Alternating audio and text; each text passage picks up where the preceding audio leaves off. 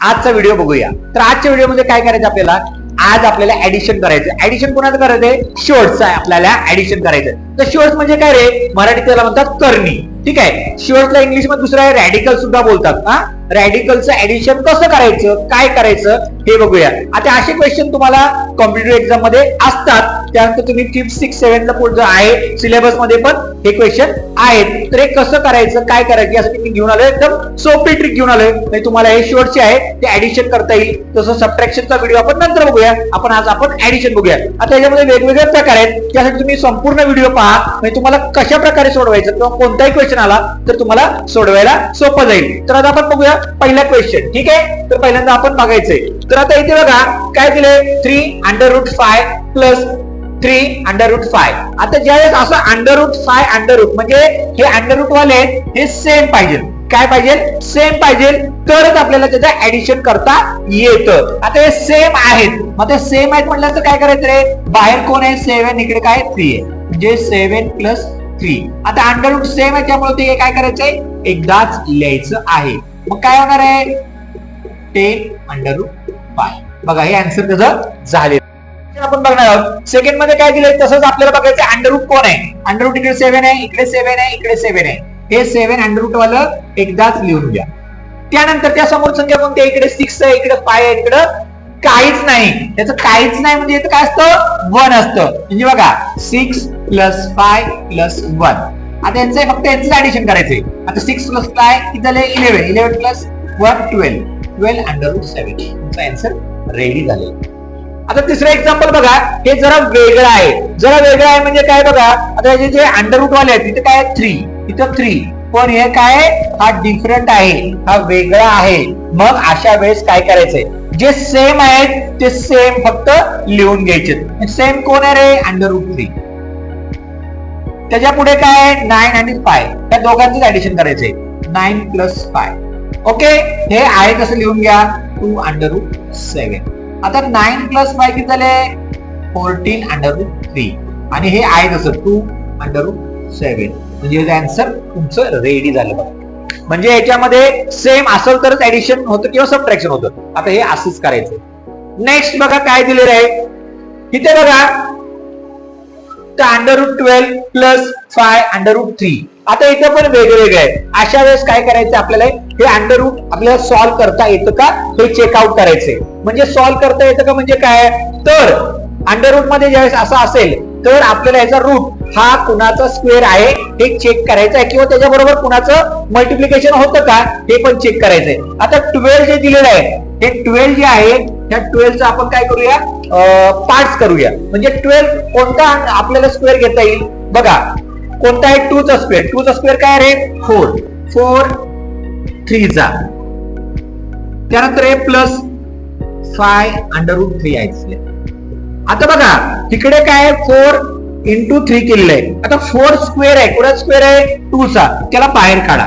2√3 + 5√3. Okay, आता बघा 3 3 same झालेले आहेत म्हणून ते एकदाच लिहा. आणि इकडे 2 + 5. मग याचा आन्सर काय झाले आपलं 7√3. बघा अशा प्रकारे आपण सॉल्व्ह करू शकतो. आता नेक्स्ट क्वेश्चन बघा, जरा वेगळा आहे. 5वा. आता याचं होतं तुम्हाला कळलंय की काय करायचं किंवा काय नाही. आपण काय करायचं, स्क्वेअर बरोबर त्याचं मल्टिप्लिकेशन करायचं आणि काय उत्तर येतं बघायचं. आपल्याला सेम असेल आपल्याला घेण्यासाठी बघायचे. आता बघा पुढचं काय आहे, 3√2 + 8√18. आता याचं काही नाही, 2 कोणाचंच नाही, पण 18 ची आपण पार्ट करू शकतो का, यस करू शकतो. कोणावर करू शकतो, तर 9 2जा 9 स्क्वेअर आहे कुणाचा 3चा. मग आपण त्यावर पार्ट करूया. मग आपण काय करूया, हे लिहून घ्यावं तसंच, √3 + 8. इथे काय होणार आहे 9 2जा घ्यायचे. काय करायचंय 2जा. आता इकडे 9 2जा घ्यायचं आपल्याला, तर मग 9 2जा आपण घेतल्यानंतर हे 9 आहे तो बाहेर येतो. आता बाहेर आल्यानंतर आता मगाशी इकडे काहीच नव्हतं, सिंगल नंबर होता. काय होतं, सिंगल नंबर होता म्हणून आपण 2 लिहिले. पण आता 9 बाहेर आल्यानंतर काय होणार आहे 3. म्हणजे 3√2 + 8 * म्हणजे मल्टिप्लिकेशन होणार बाहेर आल्यानंतर. 9 कोणा स्क्वेअर आहे 3चा आणि इकडे अंडररूट. आता 3√2 आहे तसं प्लस 8 3 जा 24 √2.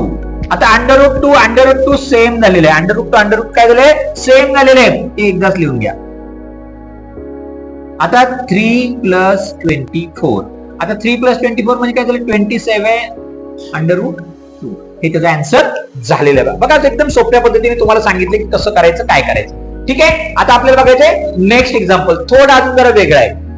आता बघा नेक्स्ट एक्झाम्पल काय म्हणजे तसंच आहे सेम. आपल्याला बघायचंय 8 पहिल्यांदा आहे तसं लिहून घेतला. ठीक आहे. √5.